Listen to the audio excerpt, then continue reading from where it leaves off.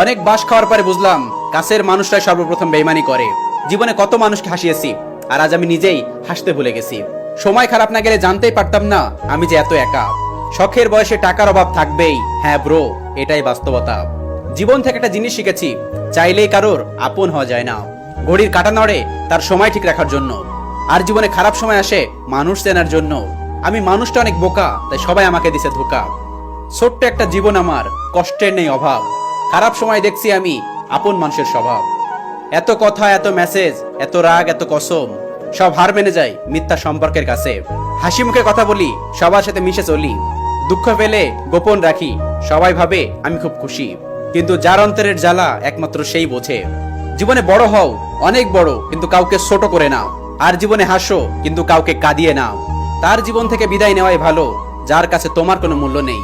সারাদিন মন খারাপ করে থাকলেও খোঁজ নেওয়ার মতো কেউ নেই। যারা আমাদেরকে খেয়াল রাখে আমরা তাদেরকে অবহেলা করি, আর পাথর খুঁজতে খুঁজতে একদিন হীরাটাকে হারিয়ে